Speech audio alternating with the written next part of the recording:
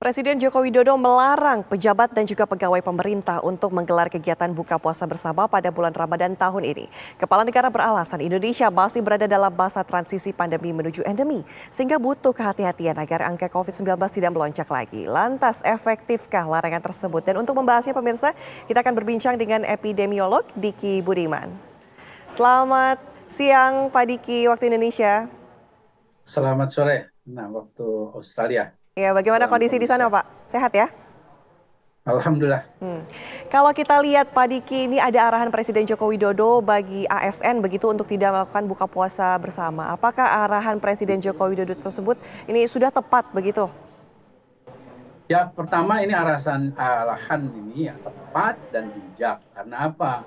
Karena pertama, itu pejabat negara atau pegawai pemerintah ini kan orangnya mobile ke sana sini.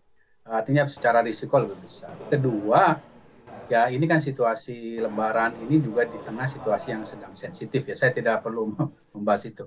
Namun kemudian juga ini menjadi role model atau keteladanan yang baik. Karena memang harus diakui saat ini saya sampaikan pada publik. Sebenarnya publik bisa saja melakukan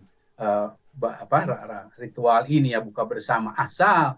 Nah, mereka bisa merujuk pada perilaku pejabat ini. Oh, mereka juga tidak dilarang ya, sehingga ya kita lakukan dengan mitigasi, memakai misalnya tempat yang lebih luas dan lain sebagainya. Ini saya kira hal yang positif. Namun ini juga bukan berarti situasi pandemi Indonesia lagi buruk, enggak juga. Situasi kita sebetulnya sudah jauh lebih membaik. Bahkan saya berencana sebagai salah satu yang mensupport Dirjen WHO untuk per 3 bulan ya masukan terkait status PHIC atau status emergensi dari pandemi ini. Saya COVID-19 ini saya berencana untuk memberikan masukan bahwa ini bisa dicabut setidaknya apa akhir April atau Mei sesuai siklus 3 bulanan. Oke, kalau kita lihat larangan ini tentunya bertolak belakang dong dengan kebijakan pemerintah yang sebelumnya sudah mencabut PPKM.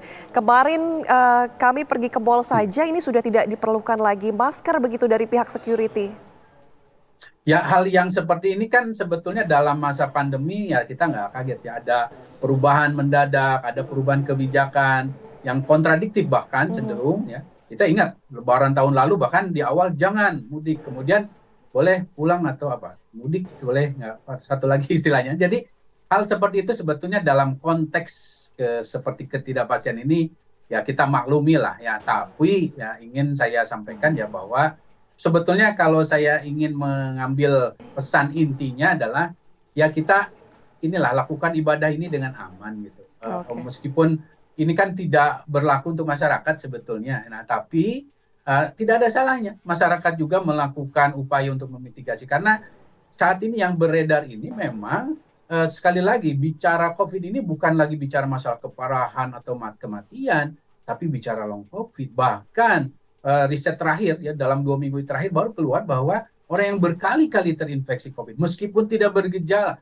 ini cenderung akan mengalami gangguan imunitasnya. Nah ini yang tentu akan menurunkan kualitas kesehatan. Nah ini saya kira esensinya lah yang bisa diambil ya. Dan sekali lagi pejabat negara pusat atau daerah ya cocok untuk jadi contoh gitu. Dan mereka yang harus jadi contoh dan harus konsisten dengan apa yang disampaikan Pak Presiden.